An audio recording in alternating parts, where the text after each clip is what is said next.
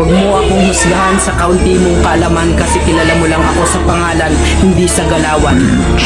Pinanganak akong mahirap, hindi ako pinalad makapagtapos ng pag-aaral kaya binawi ko na lang sa sipag at diskarte sa buhay.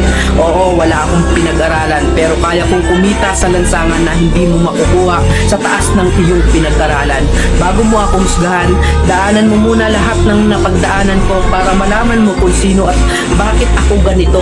Huwag mo husgahan ng isang tao dahil sa natapos niya. Dahil minsan, kahit yung mga taong hindi man humahawak ng diploma, daig pa nila yung nakagraduate ng may corona. Bawat tao may kanya-kanyang kwento sa buhay. Kaya bago mo sila husgahan, alamin mo muna ang kanilang pagkatao at tingnan mo muna ang sarili mo. Baka malala ka pa sa tinitira mo.